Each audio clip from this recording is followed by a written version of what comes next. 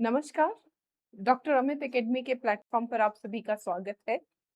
और case series की ये जो हम क्लासेस ले रहे हैं उसकी श्रृंखला में आज हमारी लास्ट क्लास है। और ये क्लास में हम 2013 की केस स्टडीज को डिस्कस करेंगे। जो भी आप में से ये क्लासेस अभी देख रहा है मेंस से पहले, वैसे तो मुझे लगता है कि मेंस से पहले तो जिन्होंने देखनी थी जो 26 तारीख को है वो शायद देख ली होंगी। अभी तो मैं भी एडवाइस नहीं करूंगी कि आप अभी बैठ के क्लासेस देखो। अगर किसी को देखनी भी है और कोई इस क्लास पे आ रहा है और 26 को आपका एग्जाम है तो डायरेक्ट चले जाओ 2025 वाली क्लास पे। और 2025 वाली क्लास में शुरू का 1.5 घंटा 2x की स्पीड से देख लो। अभी के लिए तो यही ठीक है। लेकिन अगर आप एग्जाम के बाद या आगे भी कभी एथिक्स अगर पढ़ रहे हो और एथिक्स की केस स्टडीज आपको प्रिपेयर करनी है तो मैं आप लोगों को यही सलाह दूंगी कि आप 2025 से इन्हें देखना शुरू कीजिए। क्योंकि हमने 2025, 24, 23 उसमें जो केस स्टडीज करी हैं वो एक बहुत अलग अप्रोच से करी हैं। बहुत डिटेल्ड में हमने वहां पे चीजों को देखा है, समझा है। और उसके बाद थ्रू आउट हमने देखा है कि कैसे क्वेश्चंस रिपीट हुए हैं, पैटर्न रिपीट हुए हैं। तो सीधे अगर आप 2013 पे आएंगे तो शायद आप चीजें मिस कर देंगे। 2025 से आप लोग प्रिपरेशन शुरू करना।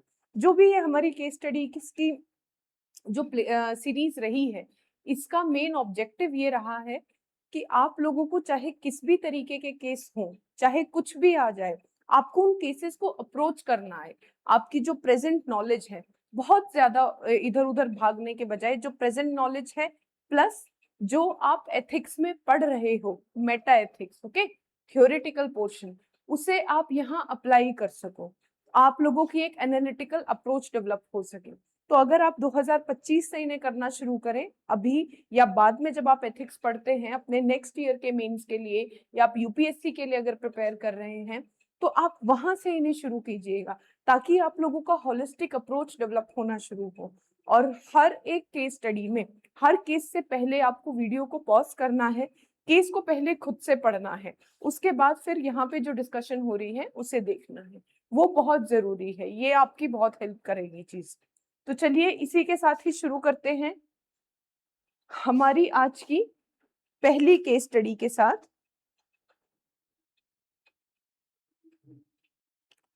चलिए,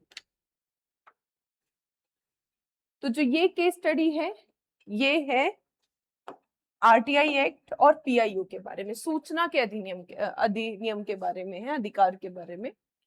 एक जन सूचना अधिकारी पीआईयू को आरटीआई अधिनियम के तहत एक आवेदन प्राप्त हुआ है। ठीक है, तो यहाँ ये मान लेते हैं, मैं आपको समझा देती हूँ फिर इसको रीड कर लेंगे कि एक आप पीआईओ हैं और आपको एक आरटीआई आई है। अब उस आरटीआई में क्या जानकारी मांगी है? एक ऐसे केस के बारे में जानकारी मांगी है जिसमें जब आपने निर्णय लिया था, डिसीजन लिया था, वो गलत हो गया था। ठीक है, एक आरटीआई आई है, वो आरटीआई क्या बोल रही है, मुझे इंफॉर्मेशन चाहिए ऐसे केस के बारे में जिसमें डिसीजन लेने वाले आप खुद ही थे, आपने जो डिसीजन लिया वो गलत था, आपके साथ जो कलीग्स थे, आपके आपके जो साथ के थे, सबॉर्डिनेट्स थे, आपके कलीग्स थे, उन्होंने जो डिसीजन लिया वो भी गलत था। अब आपको ये पता है कि अगर मैं ये जानकारी साझा कर दूं, सब कुछ बता दूं, तो मेरे खिलाफ भी अनुशासनात्मक कार्रवाई होगी और मेरे कलीग भी फंसेंगे, इसके साथ ही मेरे वरिष्ठ अधिकारी भी फंसेंगे।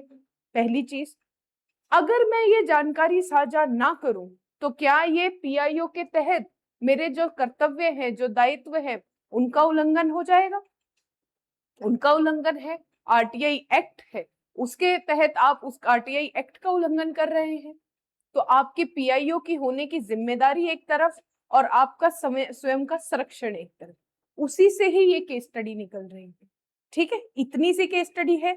अब इतनी सी केस स्टडी में आप क्या क्या कर सकते हैं वो हम लोग देखते हैं। चलिए, तो एक जन सूचना अधिकारी को आरटीआई अधिनियम के तहत एक आवेदन प्राप्त हुआ है। ठीक है, जानकारी एकत्र करने के बाद पीआईओ को यह पता चलता है कि सूचना उसके द्वारा ही लिए गए कुछ निर्णयों से संबंधित है और वो निर्णय सही नहीं है, वो निर्णय गलत है। अब इन निर्णयों में अन्य कर्मचारी, आपके कलीग्स भी शामिल हैं। सूचना के प्रकटीकरण, यानी अगर सूचना को डिस्क्लोज कर दिया जाता है, उसे बता दिया जाता है, से उसके साथ साथ अगर सूचना को बता दिया जाता है तो उसके साथ साथ कौन फंसेगा? एक सेकेंड। सूचना के प्रकटीकरण से उसके साथ साथ उसके सहयोगियों के खिलाफ भी सजा भी हो सकती है और अनुशासनात्मक कार्रवाई भी हो सकती है। तो एक तरफ तो है आपका कर्तव्य एक पीआईओ होने के नाते, और दूसरी तरफ है आपका आत्म संरक्षण, संरक्षण आपके करियर का, संरक्षण आपके कलीग्स का, आपके जो सह कर्मचारी हैं उनका, साथ के कर्मचारियों का। तो एक तरफ तो संरक्षण है और दूसरी तरफ आपका कर्तव्य है। सूचना को प्रकट ना करने या आंशिक प्रकटीकरण या भ्रामिक प्रकटीकरण के परिणाम स्वरूप कम सजा होगी या कोई सजा नहीं होगी। यानी कि अगर आप इंफॉर्मेशन को डिस्क्लोज नहीं करते हो, गलत इंफॉर्मेशन देते हो या फिर मतलब आधी अधूरी इंफॉर्मेशन देते हो, तो ये हो सकता है कि आपको सजा भी कम मिले, ये हो सकता है कि आपके खिलाफ कोई कार्रवाई भी ना करी जाए। परंतु ऐसा करना उल्लंघन है किसका? आरटीआई एक्ट 2005 का। क्योंकि आरटीआई एक्ट 2005 में कोई भी ऐसा प्रावधान नहीं है कि आपने अगर कोई निर्णय लिया है और वो निर्णय चाहे बोनाफाइड क्यों ना हो, बोनाफाइड सद्भावनापूर्ण हमने किया है, बोनाफाइड मेलाफाइड दुर्भावनापूर्ण निर्णय और सद्भावनापूर्ण, कितना ही सद्भावनापूर्ण निर्णय हो, अगर वह निर्णय गलत हो गया हो, सद्भावना से लिया गया निर्णय गलत हो गया है, तो आप उसे छुपा सके, ऐसा आरटीआई एक्ट में कोई प्रोविजन नहीं है। तो आप अगर ऐसा करते हो तो आरटीआई एक्ट का उल्लंघन माना जाएगा। अब हमारा पीआईओ एक ईमानदार और कर्तव्यनिष्ठ व्यक्ति है। अब आप जानते हैं कि नैतिक दुविधा होने के लिए, एथिकल डिलेमा होने के लिए 3 कंडीशन सबसे जरूरी होती हैं, जिसमें से पहली कंडीशन है कि जो कर्ता है वो नैतिक होना चाहिए। तो हम ये मान के चलेंगे कि जो पीआईओ है वो एथिकल है, क्योंकि अगर अनएथिकल हो, वो नैतिक ही ना हो, तो फिर वो क्यों इंफॉर्मेशन देगा?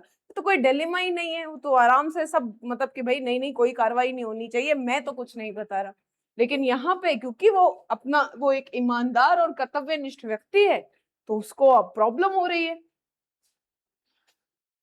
अब वैसे वो सब काम सही करता है, बस यहाँ गलती हो गई है, इसलिए अब वो आपके पास आया है और वो आपसे सलाह लेना चाहता है। तो अब आप बताइए क्या क्या उसके पास विकल्प हैं। अब ये विकल्प हमें दिए गए हैं। अब प्रत्येक विकल्प के गुण और दोष हमें ये देखने हैं और इनका मूल्यांकन करना है, ठीक है। सबसे पहले पीआईओ मामले को अपने वरिष्ठ अधिकारी को संदर्भित कर सकता है और उनकी सलाह मांग सकता है। अपने वरिष्ठ अधिकारी को मामला बताएं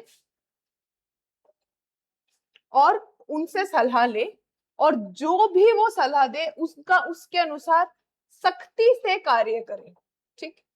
ओके, भले ही वो वरिष्ठ की सलाह से पूरी तरह सहमत ना हो। तो पहली बात कि सीधा सीनियर के पास जाओ, अर्जी लगाओ, बोलो सर बताओ क्या करूं। अब सीनियर ने जो बोल दिया वो पत्थर की लकीर, अब तुम जो सोच रहे हो, जो तुम्हारे दिमाग में चल रहा है, कोई भी कॉग्निटिव डिसोनेंस है, सब भाड़ में जाए, सीनियर की बात माननी। अब सोचो इसके क्या फायदे और क्या नुकसान हो सकते हैं।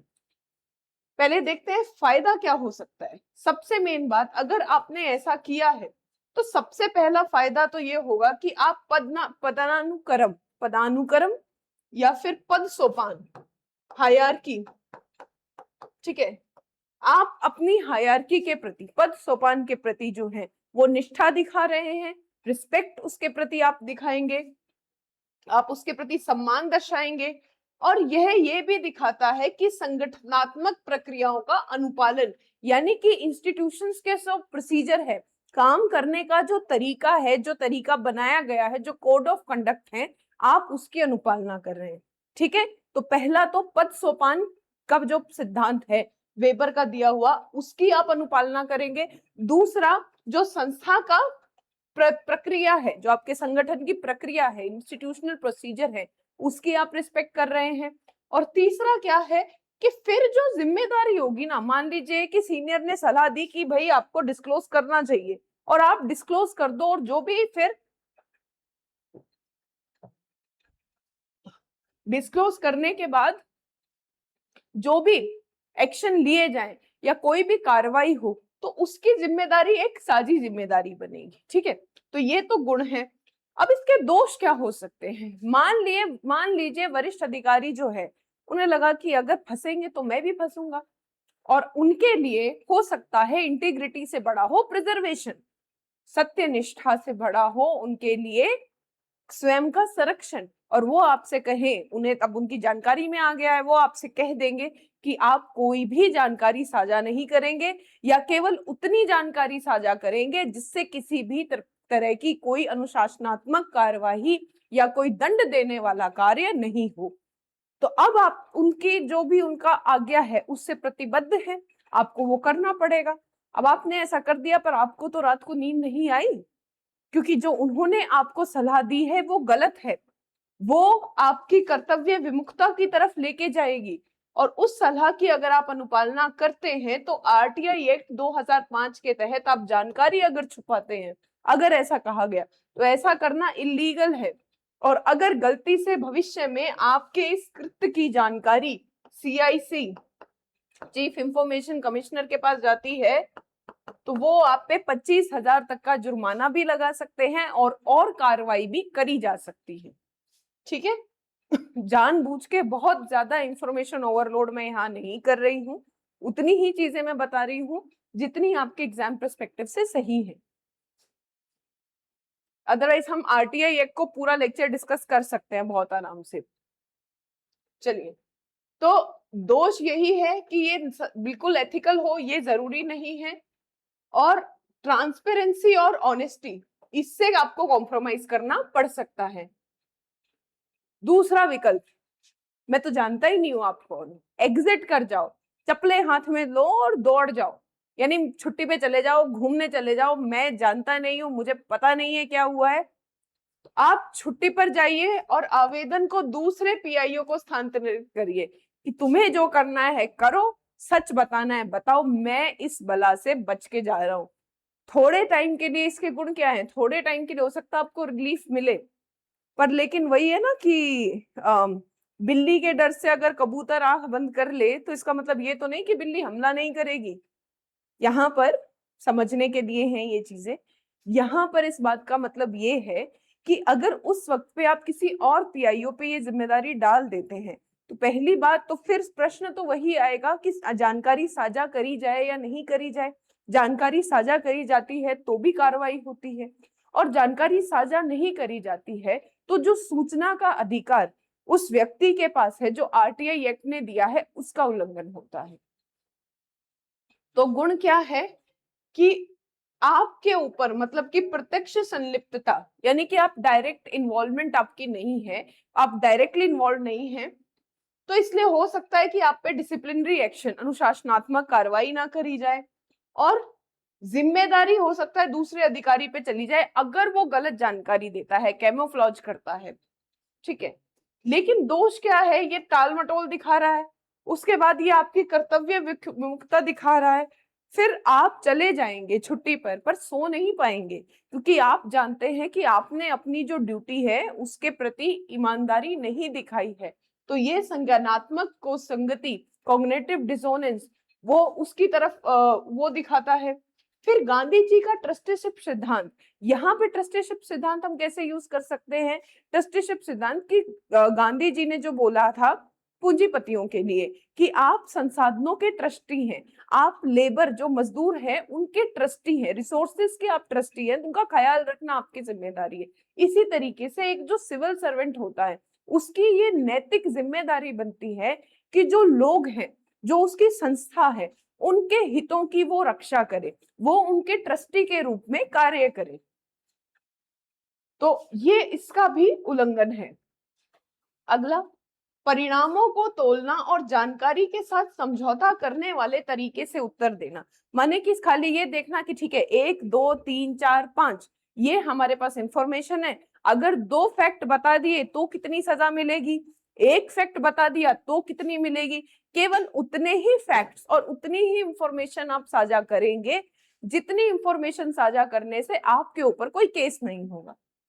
अगर आप ऐसा करते हैं तो उससे क्या हो सकता है कि फॉर अ शॉर्ट टर्म, अल्पकाल के लिए आपका करियर भी सुरक्षित रहे और आपके सहभागी, आपके कलीग्स भी सुरक्षित रहे।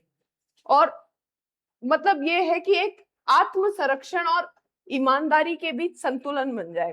पर लेकिन जैसा कि मैंने पहले बताया, गलत जानकारी देना या जानकारी छुपाना आरटीआई एक्ट के तहत अवैध है और आपके ऊपर 25,000 तक जुर्माना और कानूनी कार्रवाई करी जा सकती है। इसके अलावा ये पारदर्शिता के सिद्धांत और नोलन के ओपननेस, ठीक है, खुलेपन के सिद्धांत के विरुद्ध है और इसे अनैतिक माना जा सकता है। चौथा विकल्प यहाँ पे क्या है, निर्णय में शामिल सहयोगियों से परामर्श करना और उनकी सलाह के आधार पर कार्रवाई करना। अब अगर आप ऐसा करते हैं तो एक किसी समस्या को देखने के डिफरेंट एंगल आपको मिलेंगे, डिफरेंट पर्सपेक्टिव आपके सामने होंगे और हो सकता है कि ऐसी स्थिति में आप एक बेहतर निर्णय ले पाए। किंतु दोष क्या है कि स्वार्थपूर्ण सिफारिश है। उन्हें भी पता है कि वो कुछ ऐसा कहेंगे जिसमें हम फंस रहे हैं, तो वो ऐसा आप सलाह आपको क्यों देंगे। तो स्वार्थपूर्ण आपको सिफारिशें यहाँ पे मिल सकती हैं, तो ये सलाह पक्षपाती हो सकती है। ठीक है, तो निष्कर्ष आपको करना क्या चाहिए। अगर मुझे यहाँ कहा जाए कि मुझे क्या करना चाहिए, क्योंकि थोड़ा स्पेस देख लेते हैं जी। ये रहा कि मुझे क्या करना चाहिए। तो सबसे पहले तो मैं कहूंगी कि मुझे आरटीआई 2 काम करने चाहिए। आरटीआई एक्ट 2005 के तहत पूरी जानकारी, संपूर्ण जानकारी साझा करे, ये आपका प्राथमिक कर्तव्य है, संपूर्ण जानकारी साझा करे। और दूसरा क्या करना चाहिए, दूसरा आपको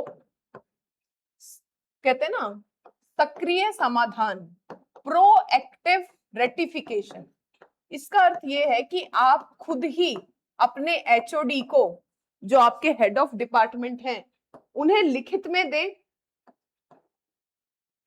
कि इस तरीके का एक गलत निर्णय आपसे लिया गया है, हालांकि यह निर्णय सद्भावनापूर्ण तरीके से लिया गया था। और अब आप बताएं कि क्या किया जा सकता है, और जो भी विभागीय कार्यवाही या अनुशासनात्मक कार्रवाई मेरे खिलाफ होगी मैं उसे स्वीकार कर लूंगा। और आप इसीलिए स्वयं के खिलाफ, स्वयं के निर्णय पे डिपार्टमेंटल इंक्वायरी, विभागीय कार्यवाही बिठा सकते हैं। और जो विभागीय समिति डिसाइड करे उस हिसाब से उस निर्णय को आप स्वीकार करें और जो भी दंड आपको मिले उसे स्वीकार करें, क्योंकि गलती तो आपसे हुई है। तो ये यहाँ पे किया जा सकता है। अब इन्होंने पूछा है कि कारण क्या है, तो देखो ऐसा करना, कारण क्या है, विधिक कारण है। आप आरटीआई एक्ट की अनुपालना कर रहे हैं, ठीक है, आप संविधान की नैतिकता को का मान रख रहे हैं, क्योंकि राइट टू इंफॉर्मेशन कहीं ना कहीं कहां पर सम्मिलित है, freedom for speech and expression, article 19 के तहत। तो संवैधानिक, विधिक, विधिक क्यों, क्योंकि आप आरटीआई एक्ट की अनुपालना कर रहे हैं, ठीक है। और फिर यह इस तरीके से करना, यह नियम उपयोगितावाद, रूल यूटिलिटेरियनिज्म, नियम उपयोगितावाद सिद्धांत जो है उसकी भी अनुपालना है। क्योंकि अगर एक बार ऐसी चीज हो रही है कि कोई गलत है और आप उस इंफॉर्मेशन को छुपा देते हैं, तो ये दोबारा अगर आप ऐसा करते हैं तो पूरा सिस्टम कोलैप्स कर जाएगा। लेकिन अगर आप सबके सामने खुद इस तरीके की चीजें लेकर आते हैं और पूरी जानकारी देते हैं, तो यह करना दीर्घकाल में, ठीक है, लॉन्ग टर्म में आपके इंस्टीट्यूशन की क्रेडिबिलिटी को भी बढ़ाएगा। और साथ ही ये हमेशा इस तरीके की कोई और परिस्थिति है तो उसमें भी एक एग्जाम्पलरी तरीके से इस्तेमाल हो सकता है, एक उदाहरण के रूप में ये प्रस्तुत किया जा सकता है। ठीक है, तो ये कुछ चीजें इसमें दी जा सकती हैं।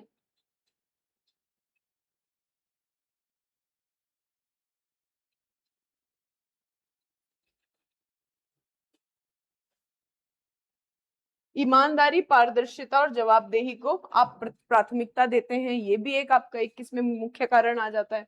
तो ये थी आपकी आज की पहली केस स्टडी। अब बात करते हैं हमारी दूसरी केस स्टडी की।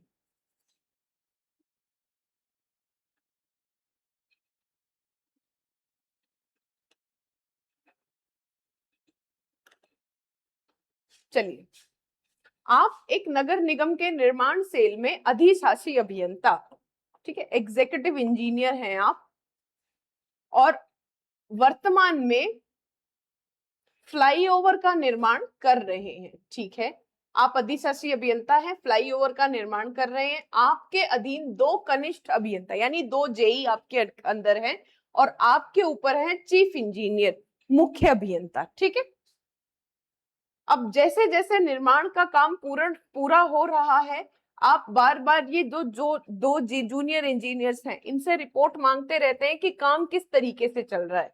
तो ये अभियंता, जो कनिष्ठ अभियंता हैं, ये आपसे कह रहे हैं कि जो सारा निर्माण का डिजाइन है वो निर्देशों के अनुसार किया जा रहा है।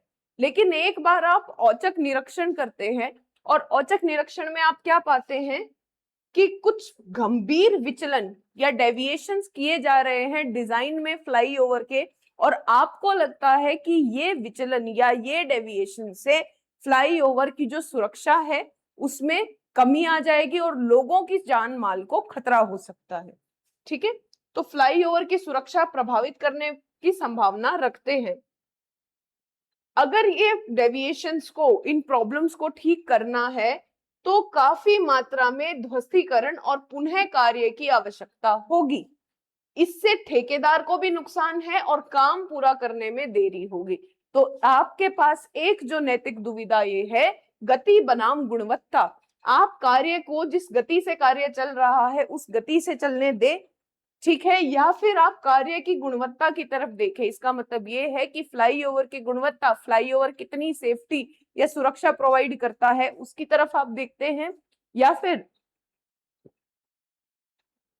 काम कितनी स्पीड से हो रहा है उसकी तरफ से आप देखते हैं, क्योंकि आपको डेडलाइन पूरी करनी है। और इसका कारण क्या है कि जिस क्षेत्र में ये फ्लाईओवर बन रहा है वहां पर ट्रैफिक जाम के कारण बहुत समस्याएं आती है, तो लोगों का भी बहुत ज्यादा प्रेशर है कि टाइम से ये हो जाना चाहिए।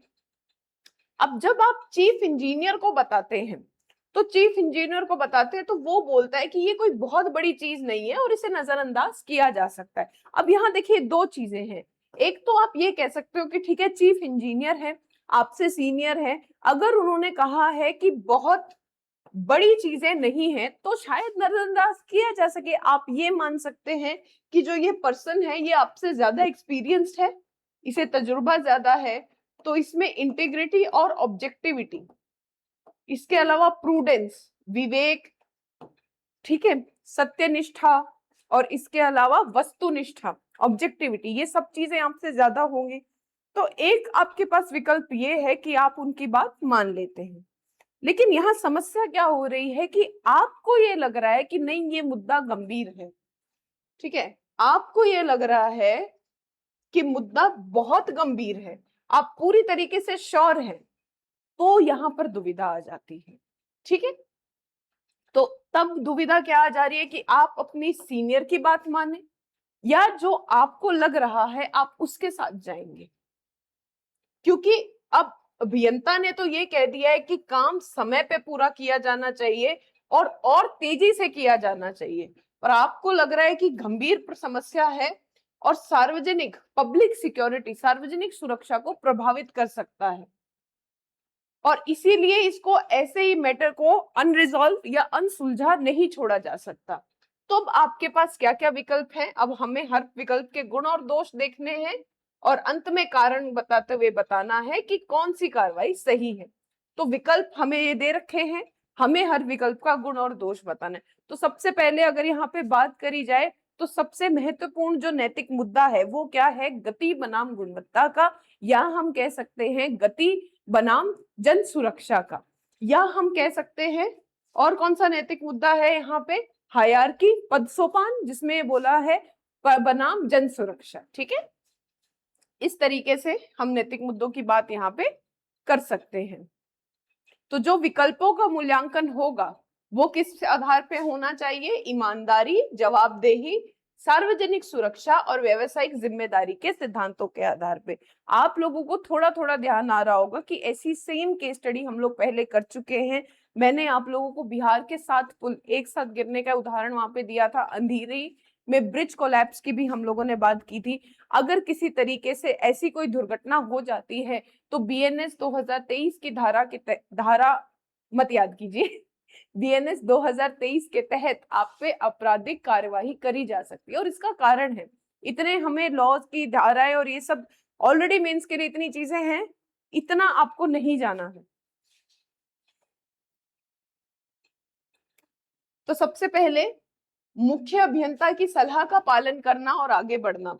अब देखिए, अगर आप मुख्य अभियंता की सलाह को मान लेते हैं तो सबसे पहले कि आप क्या कर रहे हैं कि आप पद सोपान की अनुपालना कर रहे हैं। पहले डिस्कस कर लिया हमने, हायरार्की प्रिंसिपल जो है उसको फॉलो कर रहे हैं। इसके अलावा इससे क्या होगा, इससे एक तो कार्य जो है वो समय पे पूरा होगा, कार्य में तेजी आएगी, और लोग जो हैं जिन्हें ट्रैफिक से प्रॉब्लम हो रही है उनकी प्रॉब्लम भी जल्दी सॉल्व हो जाएगी। आपका लोगों से किसी प्रकार का कोई टकराव नहीं होगा, तो और जनता के दबाव को भी संतुष्ट किया जाएगा। लेकिन दोष क्या है? दोष सबसे पहले तो ये civil services code of conduct जो कहता है कि आपके लिए सर्वोपरि जन सुरक्षा होनी चाहिए, उसका उल्लंघन है। बीएनएस 2023 के तहत आपराधिक दायित्व आपके ऊपर जाएगा अगर वो ब्रिज खुदा न खास्ता गिर जाता है या ध्वस्त हो जाता है, फ्लाईओवर, सॉरी ब्रिज नहीं। सुरक्षा जोखिमों की अनदेखी यहाँ पर है। इंजीनियरिंग एथिक्स, इंजीनियरिंग नैतिकता का उल्लंघन हमें देखने को मिलता है। मानव जीवन को खतरा है, तो आप जो आम लोग हैं उनके राइट टू लाइफ, जीवन का अधिकार, अनुच्छेद 21 उसका उल्लंघन कर रहे हैं। और अगर वही भविष्य में विफल हुआ तो व्यक्तिगत जवाबदेही किसकी आएगी? आपकी आएगी। चलिए, दूसरा क्या है? विस्तृत रिपोर्ट तैयार करना और लिखित आदेश मांगना। इसका मतलब ये है कि आप अपने जो चीफ इंजीनियर्स हैं, पहले तो आप एक अपनी रिपोर्ट प्रिपेयर करें और उसके बाद आप चीफ इंजीनियर के पास जाएं और बोलें कि भी देखिए ये मुझे प्रॉब्लम लग रही है और इस कारण से मुझे लग रहा है कि ये प्रॉब्लम को हम इग्नोर नहीं कर सकते, ये सेफ्टी चीजों को। उसके बाद भी अगर वो आपसे कहते हैं कि इसे इग्नोर किया जा सकता है तो आप उन्हें कहिए ठीक है, रिटर्न में लिख के दे दीजिए, कर देंगे हम। वैसे भी हमने हर एक एथिक्स की केस स्टडी में कभी हमें लगता है कि कोई सीनियर की बात सही नहीं है तो हम लोगों का जो एक मेन तरीका है वो यही है कि चीज को रिटर्न में मांग लो। तो यहाँ भी आप बोल रहे हो कि रिटर्न में हमें दे दो। तब इसके फायदे तो क्या है कि जो भी आपको आदेश मिलता है उसका दस्तावेजीकरण, डॉक्यूमेंट हो जाएंगी, चीजें रिटर्न हो जाएंगी। और अगर अनफॉर्चुनेटली भविष्य में इसे पास कर दिया गया प्रोजेक्ट को बिना सेफ्टी मेजर्स को लिए और कभी भी कल को कोई दुर्घटना होती है और आपके ऊपर बात आती है तो आप ये डॉक्यूमेंट्स को इस्तेमाल कर सकते हैं। और दूसरी बात, बहुत हद तक अगर आप रिटर्न में एडवाइस मांगते हो और जो प्रॉब्लम है वो सही में बहुत सीरियस है तो 99% चांस है कि चीफ इंजीनियर सर जो है वो रिटर्न में आपको नहीं देंगे, तो आपका काम भी हो जाएगा यहाँ पे।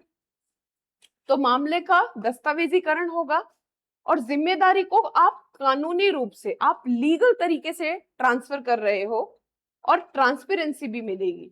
लेकिन अगर वरिष्ठ अधिकारी, सीनियर, आप बोल रहे हो कि रिटर्न में दे दो और वो देता ही नहीं है रिटर्न में और प्रोजेक्ट भी डिले हो रहा है, ना ही कोई डिसीजन लिया जा रहा है और ना ही सेफ्टी मेजर्स इंश्योर हो रहे हैं, ठीक है, तो ये इसके दोष हो सकते हैं। आप अपने जेई से बात करें और उनसे बोलें कि ऐसा क्यों हुआ है और ठेकेदारों को भी सुधार के लिए निर्देशित करें। तो मतलब आप जो है, आप पहले सीनियर के पास जा रहे हैं, उसके बाद चीफ इंजीनियर के पास, फिर आप जेई के पास जाएं और आप उन्हें एक नोटिस दें और उन्हें कहें कारण बताओ क्यों इस तरीके से डिजाइन में चूक हुई है। और अगर ये चूक हुई है और आपने पहले मुझे ये रिपोर्ट किया था कि ऐसी कोई चूक है ही नहीं, तो आपको मुझे जवाब देना पड़ेगा कि आपने पहले गलत रिपोर्ट क्यों दी। तो आप जेई के पास जाके इस तरीके की चीजों की मांग कर सकते हैं। तो इससे समस्या का डायरेक्ट सॉल्यूशन, सीधा समाधान हमारे सामने आता है। और ये भी होता है कि जो भी विनिर्देश है, जो भी कोड ऑफ कंडक्ट है, उनकी अनुपालना सुनिश्चित होगी। लेकिन दोष क्या है, क्योंकि आपके सीनियर ने बोला है कि आप कुछ भी कार्रवाई इसमें मत कीजिए, तो ये प्रिंसिपल है जो हमारा हायरार्की, पद सोपान या पदानुक्रम, उसका उल्लंघन है। और हो सकता है ठेकेदार भी इस बात का विरोध करे। आप उसे निर्देश दें और वो कहे कि नहीं सर ऐसा नहीं कर सकते, हम ये हमारे पास माल नहीं है, अभी काम नहीं हो सकता, आप क्या बोल रहे हो आप पे, क्योंकि उसका तो नुकसान हो जाएगा, तो ठेकेदार इसका विरोध कर सकता है। अगला हमारे पास विकल्प है कि मामले को उच्च अधिकारियों तक पहुंचाना। अगर आप मामले की जानकारी उच्च अधिकारी को देते हो तो इससे बहुत ज्यादा संभावना है कि सार्वजनिक सुरक्षा जो है वो बनी रहेगी, क्योंकि पता चल जाएगा कि फ्लाईओवर में कुछ प्रॉब्लम है। दूसरा, आपकी इंस्टीट्यूशनल रिस्पॉन्सिबिलिटी, अकाउंटेबिलिटी, संस्थागत जवाबदेही सुनिश्चित करती है। मतलब उसके बाद क्या एक्शन लेना है ये डिपेंड करता है कि जो आपकी संस्था है उसकी अकाउंटेबिलिटी क्या हो जाएगी, उसमें उसकी अकाउंटेबिलिटी क्या है, उसकी इंटीग्रिटी क्या है। तो इंस्टीट्यूशन की जवाबदेही सुनिश्चित करेगा। लेकिन हो सकता है कि उसके बाद आपके जो चीफ इंजीनियर हैं वो आपसे बहुत भयंकर तरीके से नाराज हो जाएं और इसे अपने सीनियर का सीधा सीधा उसका मतलब कहते हैं ना कि उसकी बात ना मानना उसकी अवज्ञा के रूप में देखा जाएगा। ट्रांसफर मांगे या बीमारी की सूचना देना, मतलब सीधी सी बात है, ये कह दो कि मैं इस प्रोजेक्ट से जुड़ा ही हुआ नहीं हूं, मुझे ट्रांसफर कर दो, या फिर मैं तो बीमार हो गया और मैं छुट्टियों पे घूमने जा रहा हूं। अगर आप ऐसा कुछ करते हैं तो ठीक है, आप एक गलत अनएथिकल अनैतिक परियोजना से अलग हो जाएंगे। हो सकता है कुछ समय के लिए आप स्वयं को ये कह सकें कि भाई व्यवस्था तो अनैतिक है पर मैं तो नैतिक हूं, मैंने कुछ गलत नहीं किया। लेकिन लॉन्ग टर्म में यही जिम्मेदारी से बचना हुआ, समस्या भी अनसुलझी रह जाएगी और हो सकता है कि वो ब्रिज अगर भविष्य में बने तो लोगों की जान, कितने लोगों की जान माल को खतरा हो जाएगा। तो ये है। अब सबसे बेहतर तरीका क्या हो सकता है? देखो सबसे बेहतर तरीका तो ये है कि सबसे पहले रिपोर्ट तैयार करी जाए। ठीक, रिपोर्ट तैयार करने के बाद आप अपने चीफ इंजीनियर के पास जाएं और उससे लिखित में आदेश लें कि क्या करना चाहिए। साइमल्टेनियसली आप अपने जूनियर इंजीनियर्स के पास जाएं और उन्हें एक नोटिस पकड़ाएं और बोले कि क्या कारण है, कारण बताओ, नोटिस उन लोगों को दे। इसके साथ ही अगर ऐसा करने पे भी कोई विकल्प नहीं आता है, कोई इसका मतलब रिजल्ट नहीं आता है, तब आप जो आपका स्टेट इंजीनियरिंग बॉडी है जो भी है वहां पे, ठीक है, उसके पास आप जा सकते हैं और स्टेट इंजीनियरिंग डिपार्टमेंट के पास आप लेके जा सकते हैं या फिर आप नगर आयुक्त के पास लेके जा सकते हैं। ठीक है, तो पहला व्यापक रिपोर्टिंग करना, कनिष्ठ अभियंता के साथ संवाद शुरू करना। देखो व्यापक रिपोर्टिंग, मुख्य अभियंता से लिखित निर्देश मांगना, कनिष्ठ अभियंता के साथ संवाद शुरू करना। ओके, और अगर फिर भी कोई सोल्यूशन नहीं निकलता है तब नगर आयुक्त या फिर राज्य इंजीनियरिंग स्टेट इंजीनियरिंग डिपार्टमेंट जो है उसके साथ आप मामले को लेकर जाते हैं। ठीक है, चलिए अब आते हैं हमारी आज की तीसरी केस स्टडी पर।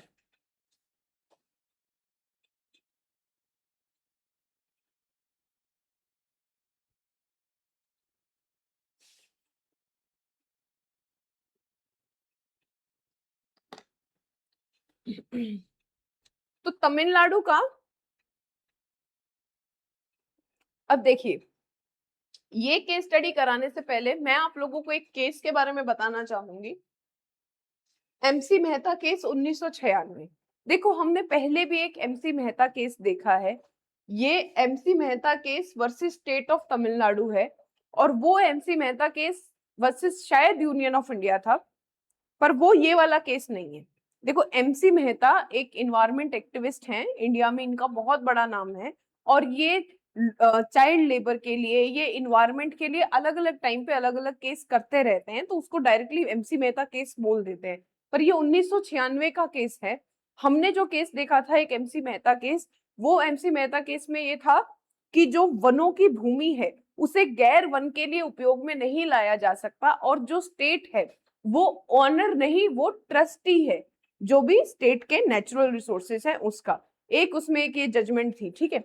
यहाँ पे जो एमसी मेहता केस 1996 का है, ये तमिलनाडु सरकार के अगेंस्ट था, और ये इसी जगह शिवकाशी को लेकर था कि शिवकाशी में जो पटाखों के उद्योग हैं उनमें 14 साल से कम उम्र के बच्चे कार्य नहीं कर सकते। एमसी मेहता जी ने शिवकाशी में इस तरीके से एक पीआईएल डाली थी सुप्रीम कोर्ट की।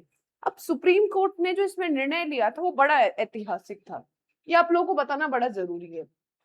पीआईएल क्या डाली गई थी कि 14 वर्ष से कम आयु के बच्चों को पटाखा उद्योग में काम नहीं करना चाहिए, क्योंकि ऐसा करना चाइल्ड लेबर, चाइल्ड नॉर्म्स जो है भारत में, जो बाल श्रम अधिकार है अधिनियम 1986, उसका उल्लंघन है।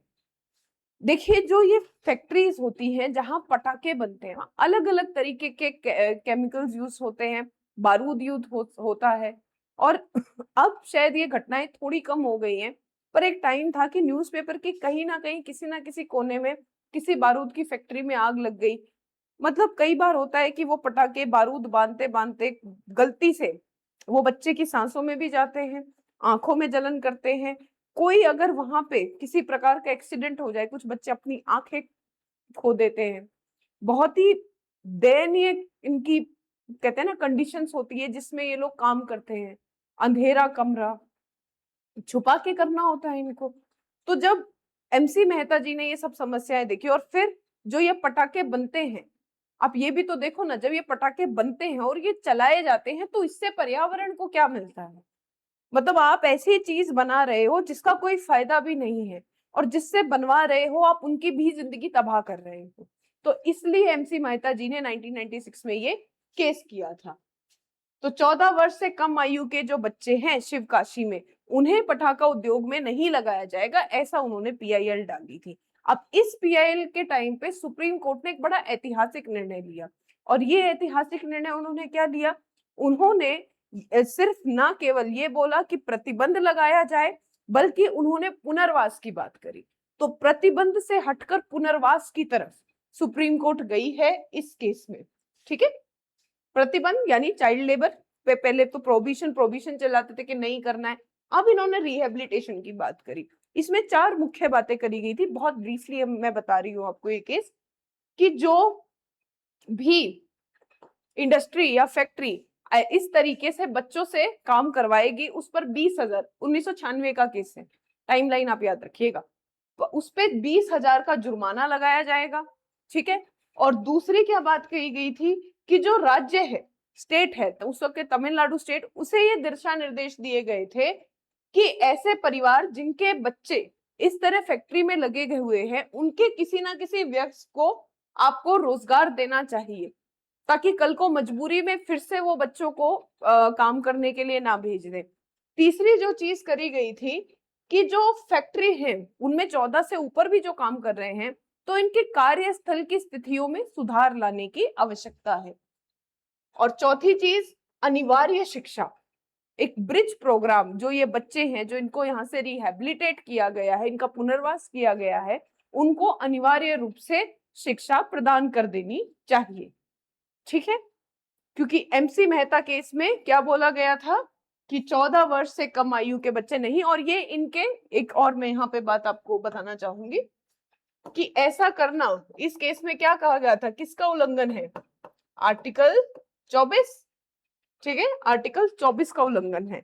आज के कंटेक्स्ट में बात करें तो यहाँ 2 फंडामेंटल राइट की बात हो सकती है, एक आर्टिकल 24 की और दूसरा आर्टिकल 21 है, राइट टू एजुकेशन, शिक्षा के अधिकार मिलना मौलिक अधिकार है बच्चों को, तो शिक्षा के अधिकार का उल्लंघन भी है। और आर्टिकल 24 बाल श्रम जो अधिकार है, चाइल्ड लेबर जो आपके राइट्स है, उनका भी उल्लंघन है।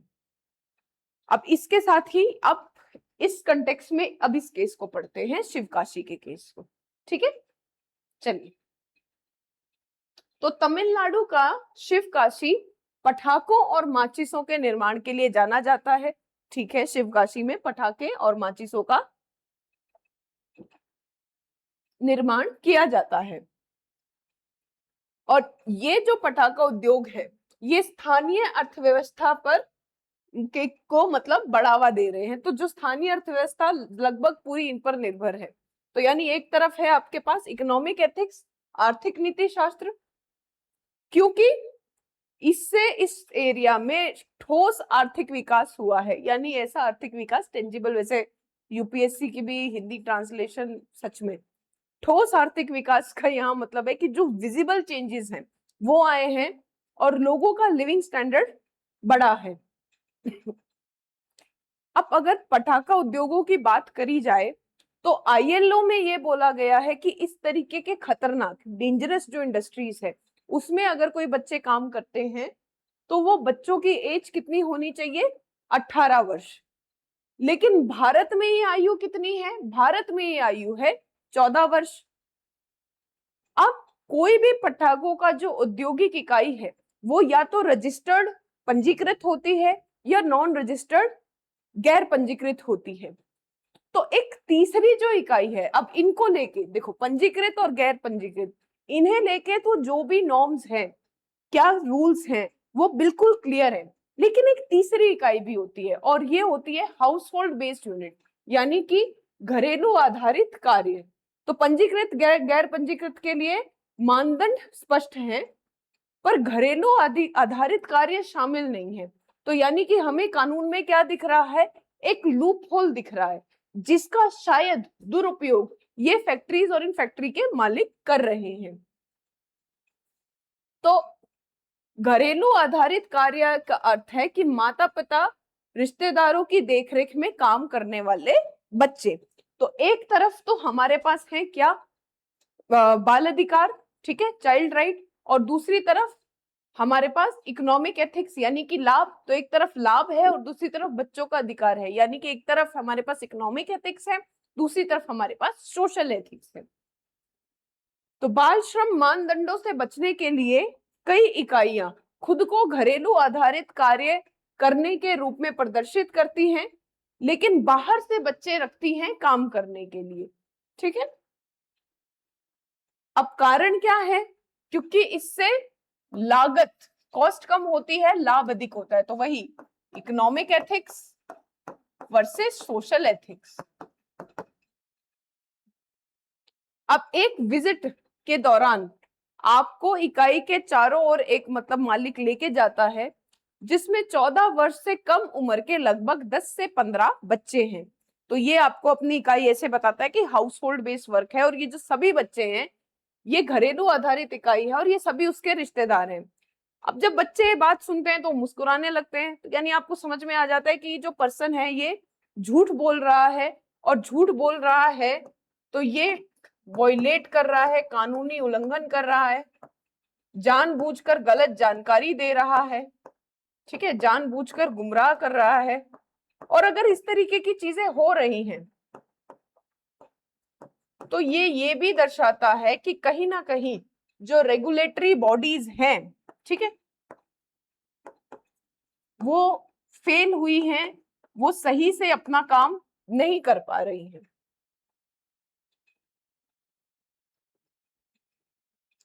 जब आप उनसे बातचीत करते हैं तो आपको पता चलता है कि ना तो मालिक और ना ही बच्चे एक साथ कोई संतोषजनक ढंग से अपना संबंध स्थापित कर पा रहे हैं।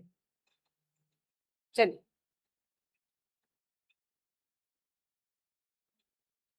तो अब हमें बताना है कि उपयुक्त मामले में शामिल नैतिक मुद्दे कौन से हैं। 3-4 तो हम लोगों ने ऑलरेडी डिस्कस कर लिए हैं, और आपकी क्या प्रतिक्रिया रहेगी। अब यहाँ पे स्टार्ट करने से पहले मैं एक केस और आपको बताना चाहूंगी। एमसी मेहता केस तो हमने डिस्कस कर लिया, पर इस क्वेश्चन में आप एक केस और जो डाल सकते हो वो अर्जुन गोपाल केस है। ये केस बेसिकली इसमें एक सीधी सी बड़ी अच्छी लाइन लिखी हुई थी, तो इसलिए मैंने ये केस यहाँ पे इंक्लूड किया है। वैसे तो आपका आर्टिकल 21 राइट टू लाइफ, उसमें स्वच्छ पर्यावरण, ठीक है, क्लीन एनवायरनमेंट का आप लोगों को अधिकार है, क्योंकि you have right to live with dignity which include right to live in the clean environment. एक स्वच्छ पर्यावरण में आपको रहने का अधिकार है, जिसका अर्थ है कि एक स्वच्छ हवा लेने का आपको अधिकार है। तो अर्जुन नारायण केस में ये भी पटाखों से ही रिलेटेड ये था, आर्टिकल 21 की बात करी गई और उसमें कहा कि भाई जीवन जीने के अधिकार में स्वच्छ हवा का अधिकार है। तो हो सकता है जो दूसरे लॉयर थे, वकील थे, उन्होंने दलील दी कि भाई अगर सारे ही उद्योग बंद कर दिए तो न जाने कितने लोग बेरोजगार होंगे। तब सुप्रीम कोर्ट ने एक बड़ी अच्छी बात कही, उन्होंने बोला कि कुछ लोगों को रोजगार देने की आड़ में आप लाखों लोगों के जीवन जीने के अधिकार को, स्वच्छ वायु में श्वास लेने के अधिकार को का हनन नहीं कर सकते। ठीक है, उसका की आड़ में उसका उल्लंघन नहीं किया जा सकता। तो ये आप कोट कर सकते हो अपने इंट्रोडक्शन में। इंटरनेशनल ऑर्गेनाइजेशन ILO है यहाँ पे। अच्छा, गवर्नमेंट रेगुलेटरी बॉडी जो इंडिया में है ना, वो पेट्रोलियम एक्सप्लोसिव सेफ्टी ऑर्गेनाइजेशन है। देखो, पटाखे और क्रैकर्स MC मेहता जैसे एनवायरमेंट एक्टिविस्ट और बाकी NGOs की ही देन है, ठीक है, कि हमारे यहाँ पे अब बहुत ज्यादा स्ट्रिक्ट रेगुलेशंस हैं इनको लेके। अभी आप ग्रीन क्रैकर्स यूज करते हो, ग्रीन क्रैकर्स बेसिकली ये ISO सर्टिफाइड रहते हैं और इनमें केमिकल एक्सप्लोसिव थोड़े कम होते हैं, कुछ ब्रोमाइड जो है वो कम रहता है। ठीक है, पीसो रेगुलेट करती है। अच्छा, कुछ और भी है जैसे कि इन पे QR कोड होना चाहिए, लोगो होना चाहिए, कुछ रजिस्टर्ड एंटिटीज जो है केवल वो ही बांट सकती है। तो ये सच में मतलब अच्छा काम हमारी कोर्ट की तरफ से, एक एक्टिविज्म, एक सक्रियता हमें इस एरिया में देखने को मिलती है।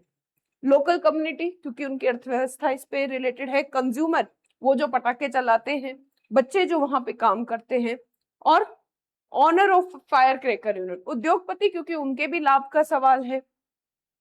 तो नैतिक मुद्दे, एक तो बाल अधिकार और गरिमा का उल्लंघन बताया, आर्टिकल 21A का उल्लंघन है, आर्टिकल 24 का यहाँ पे उल्लंघन हमें देखने को मिलता है। तो ये दोनों हम यूज कर सकते हैं। इसके अलावा चाइल्ड लेबर एक्ट 1986, ठीक है, उसका यहाँ पे उल्लंघन है। और क्योंकि आप जो है घरेलू आधारित कार्य, ये दिखाकर आप दुरुपयोग कर रहे हैं इस एक्ट का उल्लंघन भी कर रहे हैं और इसके लूपहोल का मिसयूज भी किया जा रहा है। देन आर्थिक शोषण, किसका? बाल श्रम का उपयोग किया जा रहा है ताकि कॉस्ट कम करी जा सके, पर इससे बाल अधिकार जो है उनका उल्लंघन हमें देखने को मिलता है। अब DPSP क्या बोलती है कि जो चाइल्ड है उनकी हेल्थ को प्रोटेक्ट किया जाना चाहिए, उसका उल्लंघन है। तो स्वास्थ्य और सुरक्षा को भी खतरा है, क्योंकि बच्चों के मानसिक स्वास्थ्य, मेंटल हेल्थ पे, शारीरिक स्वास्थ्य पे गंभीर खतरा पैदा होता है। मिली भगत और जवाबदेही की कमी, तो बच्चों के रिश्तेदार होने के बारे में मालिक झूठ बोल रहा है, बच्चे झूठ बोल रहे हैं, इसका मतलब ये है कि रेगुलेटरी एजेंसीज अपना काम सही से नहीं कर रही हैं। इसका मतलब ये है कि जानबूझकर गलत सूचना दी जा रही है, और हो सकता है कि ये यहाँ वहां पे चलन हो ऐसा, इस तरीके से गलत जानकारी देकर बचते बचाकर काम खो। तो ये प्रवर्तन तंत्र और स्थानीय अधिकारियों की विफलता भी दर्शाती है। अब आर्थिक विकास और नैतिकता के बीच में भी यहाँ पर संघर्ष है। देखो, आर्थिक विकास और नैतिकता के बीच में यहाँ पे कैसे संघर्ष हमें देखने को मिल रहा है, क्योंकि ये औद्योगिक इकाइयों पर क्षेत्र की आर्थिक निर्भरता है, लेकिन आपके सामने क्या है कि आपको एक एथिकल एम्प्लॉयमेंट देनी है, आपको बाल बच्चों के अधिकार के बारे में सोचना है, या आपको लोगों की समृद्धि के बारे में सोचना है। चीजें दोनों जरूरी हैं, पर दोनों में संतुलन बनाना आपके लिए आवश्यक है। ठीक है, अब देखते हैं कि एक अधिकारी के रूप में आपकी क्या प्रतिक्रिया होती है। तो आप कह सकते हैं कि एक अधिकारी के रूप में मेरी प्रतिक्रिया क्या रहेगी। सबसे पहले तो मैं, जो वो बच्चे हैं वो वहां पर हैं इस चीज के लिए, और वो बच्चे और जो मालिक हैं वो एक दूसरे से जुड़े हुए नहीं हैं। सबसे पहले आपको जरूरत है डॉक्यूमेंट करने की चीजों को, आप रिपोर्ट तैयार करें, उसके लिए आप साक्ष्य उनको खोज कर एकत्र करें, एविडेंस कलेक्ट करेंगे, रिपोर्टिंग करेंगे, और रिपोर्ट किसे जमा कराएंगे? डिस्ट्रिक्ट कलेक्टर को। इसके साथ साथ आप CWC, ठीक है, बाल कल्याण समिति, चाइल्ड वेलफेयर कमेटी, और उसके साथ लेबर डिपार्टमेंट, उनको भी आप कह सकते हैं कि यहाँ आके आप इंस्पेक्शन करें और इंक्वायरी बिठाएं कि क्या चल रहा है। और जो बच्चे अगर गलत पाया जाता है, और ये पाया जाता है कि बच्चे जो है रिश्तेदार नहीं है, तो सेफली उन्हें वहां से निकाला जाए और उनका पुनर्वास किया जाए। ये आपका कोर्स ऑफ एक्शन होना चाहिए। चलिए देख लेते हैं। तत्काल कार्रवाई क्या? साक्ष्य एकत्र करना और जिला कलेक्टर को देना, निरीक्षण के लिए बाल कल्याण समिति और श्रम विभाग को शामिल करना, बच्चे को खतरनाक स्थिति से सुरक्षा पूर्वक निकालना और पुनर्वास करना। सत्यापन और जांच। अब सत्यापन और जांच, अब एक इकाई आपके सामने ऐसी आई है, तो मिडिल टर्म में यहाँ पे हम लोग जो हम संपूर्ण उपागम का इस्तेमाल करते हैं ना, इंटीग्रेटेड अप्रोच, उसमें देखो इमीडिएटली और मीडियम टर्म में क्या, और जो नीचे का ऑप्शंस हैं वो है लॉन्ग टर्म में क्या। इस तरीके से भी आप इस क्वेश्चन का आंसर दे सकते हो। तो सत्यापन और जांच, तो जो इकाई है अब उनके रजिस्ट्रेशन को चेक करने की और वेरीफाई करने की, उनका सत्यापन करने की आपको आवश्यकता है। आप हर एक इकाई के पंजीकरण स्थिति और स्वामित्व रिकॉर्ड की जांच करें, और इसमें आप एनजीओस और सीएसओ, सिविल सोसाइटी ऑर्गेनाइजेशन या जो एनजीओस हैं उनकी भी सहायता ले सकते हैं। अगर ये पुष्टि हो जाए कि कानून का उल्लंघन हुआ है, मिडिल टर्म की चीजें हैं ये, तब आप ऐसी इकाइयों के प्रति कानूनी कार्रवाई करें, ठीक है, उन्हें दंड मिलना सुनिश्चित कराया जाए और लाइसेंस उनका या पंजीकरण जो है, रजिस्ट्रेशन, उसे रद्द किया जाए। लॉन्ग टर्म में क्या हो सकता है? लॉन्ग टर्म में आपका ध्यान होना चाहिए जागरूकता के प्रति, आपका ध्यान होना चाहिए कि कौशल प्रशिक्षण दिया जाए। तीसरा, बच्चों को सही से पुनर्वास करके उन्हें शिक्षा दी जाए। इन 3 चीजों पे का आपको होनी चाहिए फोकस। और चौथा, कि जो लूप होल है कानून में, उसको वो लूप होल ना हो, उसके लिए आप कोई भी रिकमेंडेशन, सुझाव दे सकते हैं। तो दीर्घकालिक नैतिक सुधार, जागरूकता अभियान प्रस्तावित करना, ठीक है, माता पिता और उद्योग के मालिकों के लिए, और जो एडल्ट लेबर है उनके कौशल विकास के लिए, ठीक है, कौशल विकास के लिए उन्हें प्रशिक्षित किया जा सकता है। इसके लिए सीएसआर को बढ़ावा दिया जा सकता है। और ये ऐसी टेक्नोलॉजीज को, जैसे मैंने बताया ना अभी, हरित पटाखे या ग्रीन क्रैकर इनको बोलते हैं, वो आ गए हैं जो कंपैरेटिवली कम नुकसानदायक हैं इन्वायरमेंट के लिए भी और जो बच्चों के लिए भी। तो ऐसे टेक्नोलॉजी अपग्रेड किया जा सकता है। अच्छे सुरक्षा सुधार, सिक्योरिटी मेजर्स लिए जा सकते हैं। इसके अलावा जो हाउस होल्ड बेस्ड यूनिट, घरेलू आधारित कार्य हैं, उनमें कानून की खामियों को बंद करने की सिफारिश या सुझाव दिया जा सकता है। ठीक है, तो ये हो गया आपका लॉन्ग टर्म।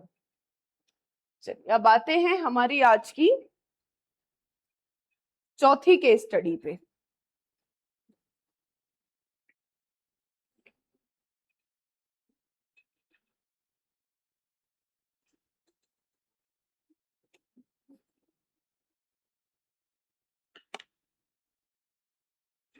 चलिए, आप देश के एक प्रमुख तकनीकी संस्थान के प्रमुख हैं। बेसिकली एक टेक्नोलॉजी इंस्टीट्यूट है, आईटीआई पॉलिटेक, आप उसके हेड हैं। और आपको क्या करना है, अभी आपको इंटरव्यू लेना है, साक्षात्कार लेना है। किस चीज के लिए? प्रोफेसर की भर्ती के लिए। सिंपल है, प्रोफेसर की भर्ती के लिए इंटरव्यू लेना है आपको। आप हेड हैं, ठीक है, कोई समस्या नहीं है। आपके पास एक सरकारी वरिष्ठ पदाधिकारी के निजी सचिव, पर्सनल सेक्रेटरी का फोन आता है और वो आपसे ये कहता है, पर्सनल सेक्रेटरी, कि उनके किसी करीबी रिश्तेदार का चयन आपको करना चाहिए। तो आप जरा देखिए, मतलब फोन करके बोलते हैं कि देखिए ये जो फलाना फलाना कोई कैंडिडेट है, ये हमारे जो अधिकारी हैं इनके बहुत करीबी हैं, इनको बड़ा प्रेम है इनसे। तो देखिए अगर आप इनके प्रेम का, इनके हितों का थोड़ा रक्षा कर सके, थोड़ा बचा सके, तो आप इनका ध्यान रखिए, आप इनके दिल का ध्यान रखिए, हम आपके वित्तीय सहायता कर देंगे। और वित्तीय सहायता कैसे करेंगे? कि हमने सुना है कि बहुत सारे आपने ऐसे प्रपोजल दिए हैं जो भी पेंडिंग पड़े हैं ग्रांट जो मिलनी चाहिए, तो मैं इंश्योर करता हूं कि आपको ये ग्रांट मिल जाएंगे। तो ये आपके सामने दुविधा है और यही हमारी केस स्टडी है। सिंपल केस स्टडी है, कुछ बहुत ज्यादा नहीं है इसमें। इस पद के लिए पदाधिकारी के करीबी रिश्तेदारी के चयन के पक्ष में आपसे मांग करता है।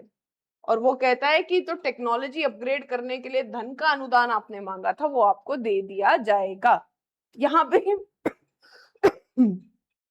यहाँ पे कौन कौन सी चीजें हमें देखने को मिल रही हैं? पहली बात तो क्या यहाँ पे ग्रांट्स को देने की बात कहना, बदले में आप हमारा बंदा पर्सन लगा लीजिए, जो अधिक रिश्तेदार है उसे आप भर्ती कर लीजिए संस्था में, भ्रष्टाचार दिखाता है? क्या यह सत्ता का दुरुपयोग नहीं दिखाता है? जो अधिकारी दबाव डाल रहा है वो सत्ता का दुरुपयोग कर रहा है, अपनी शक्ति का गलत इस्तेमाल कर रहा है।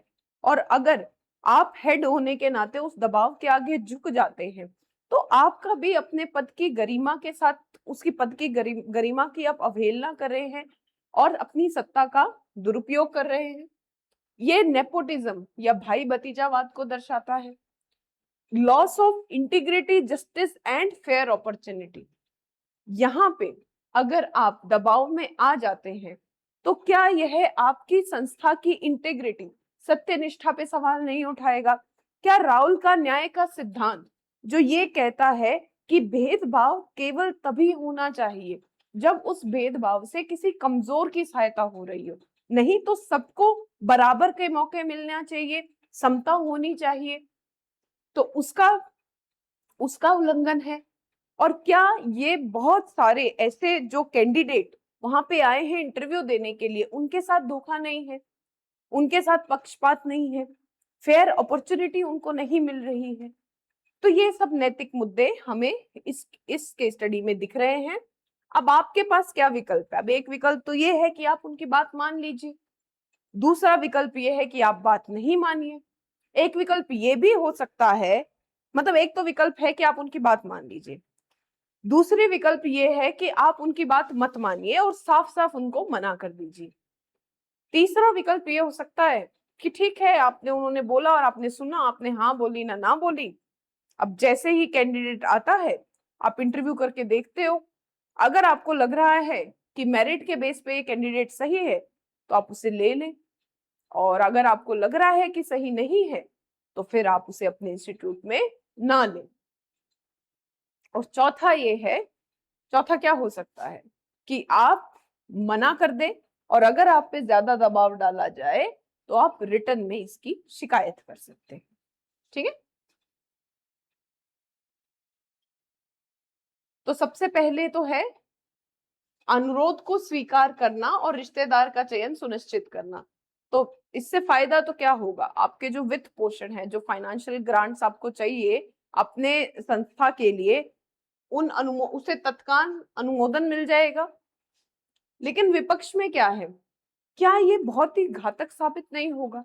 आज एक के लिए कॉल आया है, कल हर एक भर्ती के लिए आपके पास कॉल आएगा।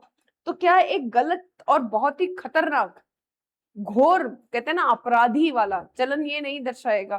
क्या यह नहीं उल्लंघन होगा उन सभी छात्रों के अधिकारों का जो वहां उस वक्त इंटरव्यू देने के लिए आए हैं? ये आपकी कर्तव्य विमुखता भी दर्शाएगा।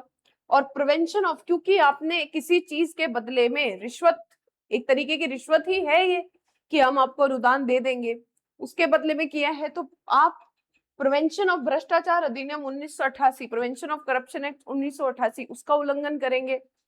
इसके अलावा लोगों का जो भरोसा है इंस्टीट्यूट से वो उठ जाएगा, और जस्टिस प्रिंसिपल, राहुल का समता का सिद्धांत और न्याय का सिद्धांत, उसका भी यहाँ पे उल्लंघन होगा। अनुरोध को अस्वीकार करना और उच्च अधिकारियों को सूचित करना, तो ये दिखाता है कि आप में सत्यनिष्ठा है, निष्पक्षता है, और आप ट्रांसपेरेंसी, पारदर्शिता बनाए रखना चाहते हैं। ये आपकी संस्था की लॉन्ग टर्म में आपकी संस्था की रेपुटेशन को बढ़ाता है। और इसके अलावा बहुत हाई स्टैंडर्ड, उच्च मानक किसी भी संस्था के लिए क्या होने चाहिए? सत्यनिष्ठा के। ठीक है, आपकी संस्था में एक सत्यनिष्ठा के उच्च मानकों को सेट करता है। ओके, और अनुचित प्रभाव के प्रति कड़ा संदेश देगा। विपक्ष ये हो सकता है कि अल्पकाल में आपको कुछ हो सकता है कि किसी प्रकार का वित्तीय घाटा हो जाए, आप पर और ज्यादा दबाव बढ़ जाए चीजों का, और जो आपको फाइनेंशियल ग्रांट चाहिए थी उसमें डिले हो जाए, देरी हो जाए, संभावित राजनीतिक दबाव और बढ़ जाए। तीसरा, नजरअंदाज करें और सख्ती से मानदंडों के अनुसार आगे बढ़े। ये मैंने बताया कि अगर आप नजरअंदाज करते हैं, मतलब ठीक है, हाँ बोलते हैं, नहीं बोलते हैं, ना बोलते हैं। अब इसके पॉजिटिव क्या है? पॉजिटिव तो ये है कि भाई सीधा कोई टकराव नहीं होगा, और अगर योग्यता के आधार पे चुना गया तो उन्हें भी लगेगा कि ठीक है, तो किसी भी तरीके का हो सकता है, आपको अनुदान भी मिल जाए अगर योग्यता हुई तो, वो जो कैंडिडेट है उसमें। लेकिन विपक्ष क्या है? विपक्ष यहाँ पे है आभासी पक्षपात। ठीक है, विनीत नारायण केस में क्या बोला है कि जो हेड है या किसी भी संस्था में, उसे न केवल ईमानदार होना चाहिए बल्कि ईमानदार दिखना भी चाहिए। मान लीजिए कि चुनाव योग्यता के आधार पर ही किया है, लेकिन जो वो अधिकारी बैठा है उसे तो ये लग रहा है ना कि आज चुनाव जो हुआ है वो मेरी सिफारिश के हिसाब से हुआ है। क्या कल वो किसी और चीज का दबाव नहीं डालेगा? क्या वो कल को ये नहीं कह सकता कि यहाँ पर कॉन्फ्लिक्ट ऑफ इंटरेस्ट की सिचुएशन है, हितों का एक टकराव है, क्योंकि इनकी मेरे से बात हुई और इन्होंने लिया। अब आप प्रूफ करते रह जाइए कि मैंने मेरिट बेसिस पे लिया, आप कैसे साबित करेंगे? तो अनुचित प्रभाव के प्रयासों को ये नहीं रोक सकता, और गलत व्याख्या, ठीक है, गलत इंटरप्रेट किया जाएगा इस डिसीजन को, ये आपके एक कमजोर नेतृत्व को भी दर्शाएगा, आपके वीक लीडरशिप को ये यहाँ पे दर्शाता है, क्योंकि आप अपनी इंस्टीट्यूट को स्ट्रांगली नहीं प्रेजेंट कर पा रहे हैं। तो चुना गया विकल्प क्या होना चाहिए? अनुरोध को अस्वीकार करना और अधिकारियों को सूचित करना। ठीक है, कारण आप सभी जानते हैं, सत्यनिष्ठा, निष्पक्षता और जवाबदेही आपके कार्य के अंदर होनी चाहिए, एक तो ये कारण है। ठीक है, और अगर आप अधिकारियों को सूचित करते हैं तो आप फॉर्मल रिकॉर्ड इस प्रॉब्लम का बना सकेंगे, और आप पारदर्शी और मेरिट बेस्ड स्टैंडर्ड्स पर काम कर पाएंगे। ठीक है, तो ये आपके कुछ इसके लिए विकल्प हुआ। चलिए आते हैं हमारी आज की 5वीं केस स्टडी पर।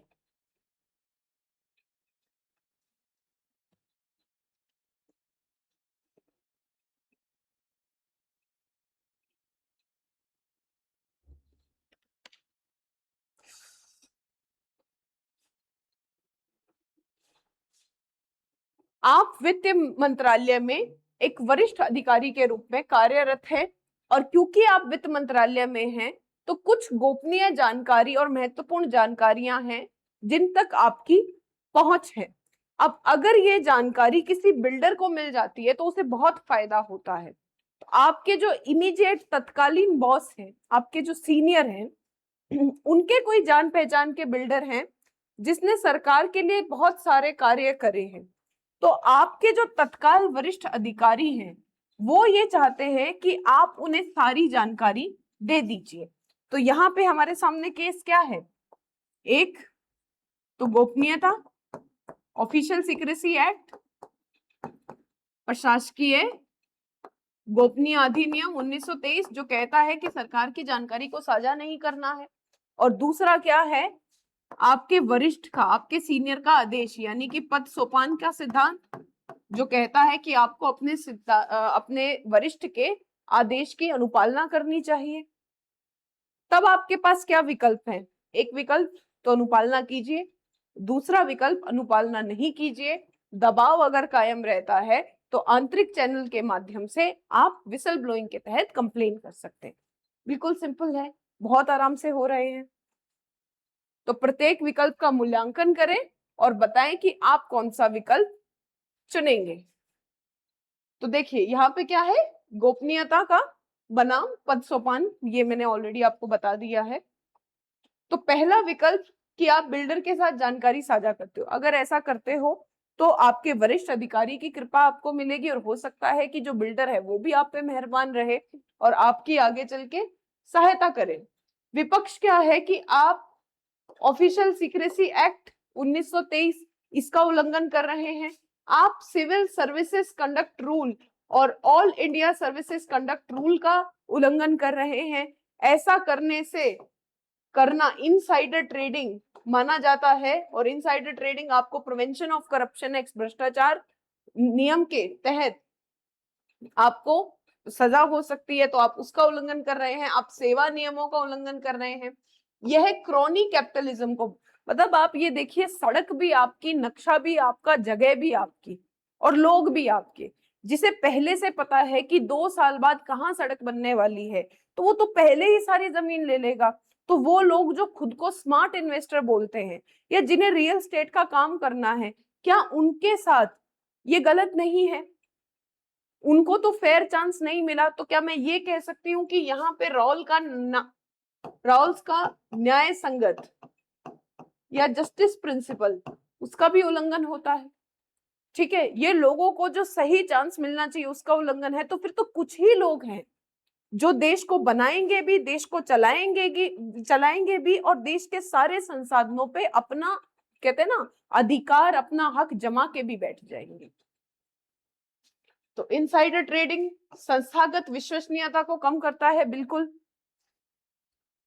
अगला है अनुरोध को चुपचाप अस्वीकार करना और जानकारी को रोके रखना, यानी कि आपकी ये पर्सनल इंटीग्रिटी, व्यक्तिगत सत्यनिष्ठा बनाए रखेगा और साथ ही सार्वजनिक हित की भी रक्षा करेगा। लेकिन हो सकता है कि वरिष्ठ अधिकारी, आप मना करते हैं, वरिष्ठ अधिकारी आपसे नाराज हो जाए। अब नाराज होने के बाद क्या, आपकी एसीआर खराब कर दे, आपको, कहते हैं ना वो, प्लम पोस्टिंग नहीं मिले, प्लम पोस्टिंग तो कभी मिली हो या ना मिली हो, प्यूनिटिव पोस्टिंग मिल जाए। ठीक है, यानी कि पोस्टिंग ट्रांसफर कर दिया जाए, दंडित जो पोस्टिंग दी जाती है दंड के रूप में, वो आपको मिल जाए। वो हो सकता है किसी पॉलिटिशियन के उसमें और कहे कि भाई करो इनको, तो निकालो यहाँ से, तो आपको अलग जगह पे फेंक दिया जाए, अलग ट्रांसफर कर दी जाए। यही टूल्स हैं, हमने केस स्टडीज में भी देखा है। तीसरा विकल्प है मना भी कीजिए और साथ में विसल ब्लोइंग। तो अगर आप मना करते हो तो आप अनुपालना कर रहे हो प्रिवेंशन ऑफ करप्शन एक्ट की, आप अनुपालना कर रहे हो सिविल सर्विसेज कंडक्ट रूल्स की, आप अनुपालना कर रहे हो प्रशासनिक गोपनीयता अधिनियम 1923 की, और आप अपने इंस्टीट्यूशन की नैतिकता और ट्रांसपेरेंसी, ठीक है, दोनों को बनाए रखते हो, पारदर्शिता को बनाए रखते हो, और आप पद के दुरुपयोग, अपने पद के दुरुपयोग के खिलाफ एक मजबूत मिसाल कायम करते हैं। तो ये इसके कुछ पक्ष में तर्क हैं। विपक्ष में ये है कि हो सकता है कि जो बिल्डर और जो वरिष्ठ अधिकारी है वो आपके खिलाफ कुछ ऐसे कदम उठा दे कि आपके जीवन पर, आपके करियर पर इसका नुकसान हो, संबंध तनावपूर्ण हो जाए, और ऐसी परिस्थिति में बहुत ज्यादा जरूरी है कि आपके पास सही दस्तावेज हो, आपके पास पूरे साक्ष्य हो, ताकि आप विसल ब्लोअर एक्ट के तहत वहां पे कार्रवाई कर सके। मैंने बता ही दिया आपको कि कार्रवाई तो क्या करनी है, इनकार करना और रिपोर्ट करना। मेरा यही तरीका रहेगा, क्या कि सबसे पहले तो मैं बहुत तरीके से मना करूंगा, इनकार करूंगा, ठीक है, उन्हें विनम्रता पूर्वक इनकार करेंगे। उसके बाद भी अगर दबाव बनाया जाता है तो आप इनकार करेंगे, एविडेंस कलेक्ट करेंगे, दस्तावेजीकरण करेंगे, और दस्तावेजीकरण करने के बाद आप सेंट्रल इंफॉर्मेशन कमीशन, नहीं, सेंट्रल विजिलेंस कमीशन, माफ कीजिएगा, सतर्कता आयोग, उसके पास रिपोर्ट कर सकते हैं। ठीक है, तो एक लोक सेवा के रूप में, लोक सेवक के रूप में आपका कर्तव्य है गोपनीयता के सिद्धांत को बनाए रखना। इसलिए आप बातचीत का दस्तावेजीकरण करें, और यदि वरिष्ठ फिर भी दबाव बना रखे तो उचित सुरक्षा तंत्र या केंद्रीय सतर्कता आयोग के माध्यम से मामले की रिपोर्ट को आगे बढ़ाएं, और प्लस आप विसल ब्लोअर प्रोटेक्शन एक्ट के तहत कानूनी सुरक्षा की मांग भी कर सकते हैं। चलिए, तो ये हुई हमारी आज की 5वीं केस स्टडी। अब आते हैं 6ठी केस स्टडी पे।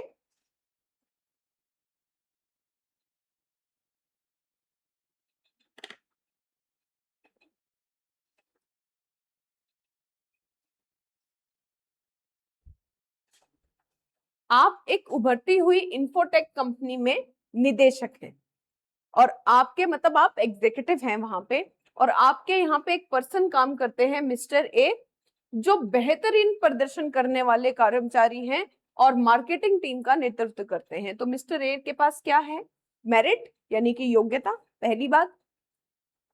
अब उन्होंने 1 वर्ष की अल्प अवधि में राजस्व को दुगना कर दिया है, ठीक है, लेकिन धीरे धीरे आपको, आपने ये सेम केस स्टडी ऑलरेडी देख ली है, इसलिए यहाँ पे ज्यादातर जो केस स्टडी है वैसे ही हम लोग पहले देख चुके हैं, एक वो शिव काशी वाली को छोड़ के और आरटीआई वाली को छोड़ के, तो इसलिए हम लोग इनको थोड़ा सा फास्ट कर रहे हैं। हालांकि आपको कई कोणों से महिला सहयोगियों के प्रति उनके कहते हैं ना, उनके व्यवहार के बारे में जानकारी मिल रही है, विशेष रूप से महिलाओं पर अभद्र टिप्पणी करने की उनकी आदत। तो ये दर्शा रहा है कि इनमें योग्यता है किंतु क्या नहीं है? इंटीग्रिटी नहीं है, ठीक है, सत्यनिष्ठान का अभाव है। दूसरा, जेंडर सेंसिबिलिटी और इक्वालिटी, लैंगिक समानता और एक दूसरे जो मतलब महिला है उसकी डिग्निटी, उसके सम्मान की रक्षा करना, उसके प्रति सम्मान पूर्वक भावना रखना, इसका अभाव हमें यहाँ देखने को मिल रहा है। अब देखिए इस क्रम में क्या होता है, इसके अलावा वह अपनी महिला सहयोगी से मतलब वो अभद्र टिप्पणी करते हैं, लूज कमेंट। इसके अलावा उन्हें लगातार गंदे एसएमएस या जोक भेजते हैं। एक दिन एक मिसेस एक्स जो है वो आपके पास आती हैं और वो बता रही हैं उनके गलत स्वभाव के बारे में, जो उनका दुराचार है उसके बारे में। तो मिसेस एक्स को क्या अधिकार है? जीवन का अधिकार। और दूसरा, उत्पीड़न रहित कार्यस्थल, हारेसमेंट फ्री वर्क प्लेस, इसका अधिकार, ठीक है। तो श्री ए के निरंतर दुराचार की शिकायत करती हैं और वो ये भी बताती हैं कि उनके प्रति अवांछनीय प्रयास करे जा रहे हैं और यहाँ तक कि उन्होंने अपने कैबिन में उन्हें अनुचित तरीके से छूने की कोशिश की है। वो अपना इस्तीफा सौंपकर वहां से चली जाती हैं। अब बताइए ऐसी परिस्थिति में आपके पास क्या विकल्प उपलब्ध हैं? प्रत्येक विकल्प का मूल्यांकन करें और कारण बताते हुए आप बताएं कि आप किसे चुनेंगे। ऐसी ही सेम केस स्टडी हम लोगों ने देखी थी, वहां बस पर्सपेक्टिव अलग था। तो उसी तरीके से सोचिए क्या क्या विकल्प हो सकते हैं। यहाँ पे आपको फैसला लेना है, वहां कंपनी फैसला ले चुकी थी, महिला को फैसला लेना था कि उसे एफआईआर रखनी है या नहीं रखनी है। इसीलिए अलग अलग पर्सपेक्टिव से हर एक केस स्टडी को हम लोगों ने अभी तक देखा है। तो क्या विकल्प, देखो एक विकल्प तो ये है कि आप महिला का रेजिग्नेशन स्वीकार कर लें, ठीक है, रेजिग्नेशन स्वीकार कर लें, सिंपली देखते हैं। दूसरा विकल्प क्या है? दूसरा विकल्प ये हो सकता है कि आप महिला का रेजिग्नेशन स्वीकार ना करें और उसे कहें कि आप यहाँ पे काम करना कंटिन्यू कर सकते हैं, लेकिन आप मिस्टर जो ए है उनकी गतिविधियों को भी अनदेखा करें। तीसरा विकल्प ये हो सकता है कि आप रेजिग्नेशन स्वीकार ना करें, तब हर तीनों में रेजिग्नेशन स्वीकार आप ना करें, केवल फर्स्ट ये है कि रेजिग्नेशन स्वीकार करें और उन्हें जाने दें। दूसरा ये है रेजिग्नेशन स्वीकार ना करें और पर लेकिन मिस्टर ए की हरकतों को भी अनदेखा करें क्योंकि ये आपकी कंपनी के लिए एक एसेट है। तीसरा ये किया जा सकता है कि आप जो क्या बोलते हैं मिस्टर ए है, इन्हें इनफॉर्मली अनौपचारिक रूप से आप बुलाएं और अनौपचारिक रूप से बुलाकर इन्हें चेतावनी दे कि दोबारा ऐसा कृत्य ना किया जाए। तीसरा ऑप्शन क्या हो सकता है? और जो चौथा, 1 2 3 चौथा और जो सबसे सही ऑप्शन वो ये कि आप सबसे पहले तो इस्तीफा स्वीकार ना करें और मामले में तुरंत संज्ञान लेते हुए पॉश एक्ट और विशाखा गाइडलाइन के तहत इंटरनल कंप्लेन कमेटी, आंतरिक शिकायत समिति, ठीक है, आंतरिक शिकायत समिति, इसका गठन करें, आंतरिक शिकायत समिति का गठन करें और अगर ए दोषी पाए जाते हैं तो उनकी आप पुलिस में कंप्लेन कर सकते हैं और उनके खिलाफ उनको तुरंत प्रभाव से बर्खास्त करके जो भी कंपनी की पॉलिसीज हैं उसके तहत कार्यवाही करी जाए, उन्हें दंड दिया जाए। तो ये इसमें है। अब देखो मूल्यांकन, मेरिट डीमेरिट बतानी है, बहुत इजी, सिंपली हम लोग मेरिट डीमेरिट इसकी देख सकते हैं। तो ये हम यहाँ पे देखते हैं। सबसे पहले तो नैतिक मुद्दे ऑलरेडी मैंने बता दिया, एक तो मेरिट है, योग्यता है बनाम सत्यनिष्ठा है। दूसरा आपको राइट टू लाइफ और एक मतलब जीवन का अधिकार जो मिसेज एक्स को है उसकी तरफ आपको देखना है, महिलाओं के सम्मान पूर्वक जीवन की तरफ देखना है, या आपको अपनी कंपनी के लाभ की तरफ देखना है। तो कार्यस्थल पर महिलाओं के अधिकारों और गरिमा का उल्लंघन यहाँ पे दिख रहा है। शक्ति का दुरुपयोग और व्यवसायिक दुराचार, शक्ति का दुरुपयोग किसके पार्ट में, मिस्टर एक्स की तरफ से, सॉरी मिस्टर ए की तरफ से, मिसेज एक्स नहीं, मिस्टर ए की तरफ से।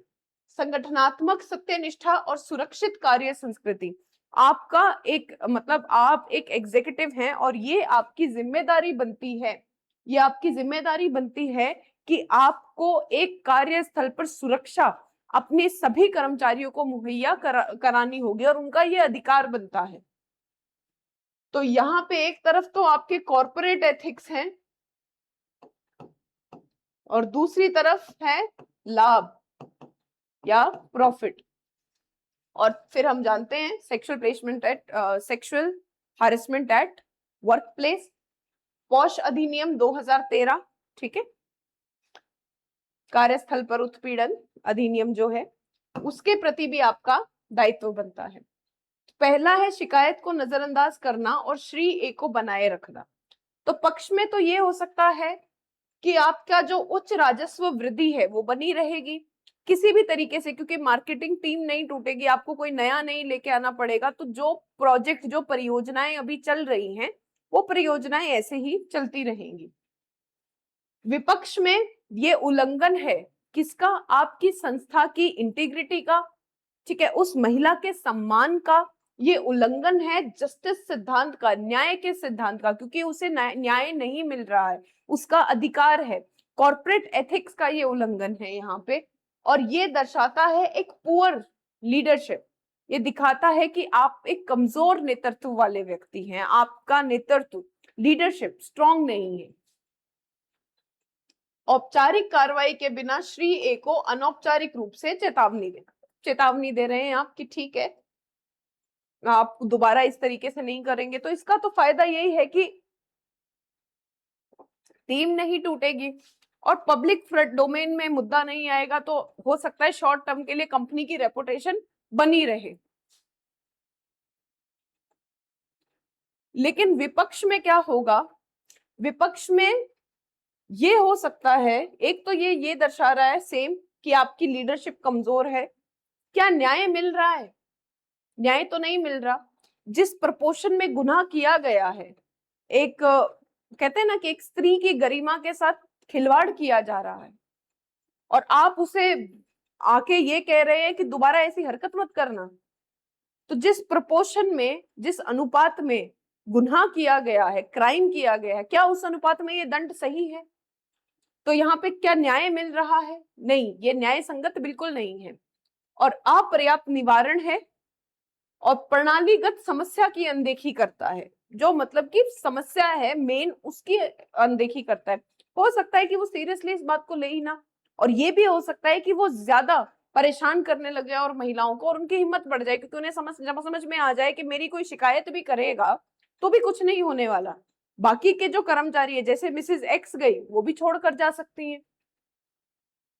तीसरा, आंतरिक शिकायत समिति का गठन करना और जांच शुरू करना।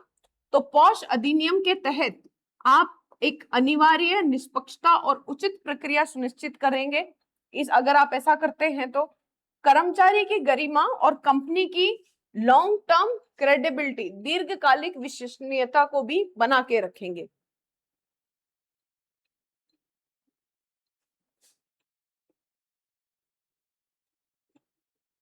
चलिए,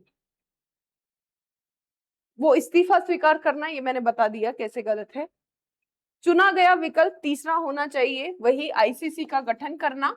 श्री ए अगर दोषी हैं तो उन्हें बर्खास्त किया जाए और उचित अनुशासनात्मक उनके खिलाफ कार्रवाई करी जानी चाहिए।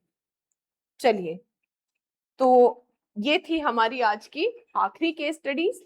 आई होप आप सब लोगों को सब कुछ समझ में आया होगा। अगर किसी को भी कोई डाउट है या किसी तरीके की शिकायत है तो वो कमेंट सेक्शन में पूछ सकता है। Thank you so much.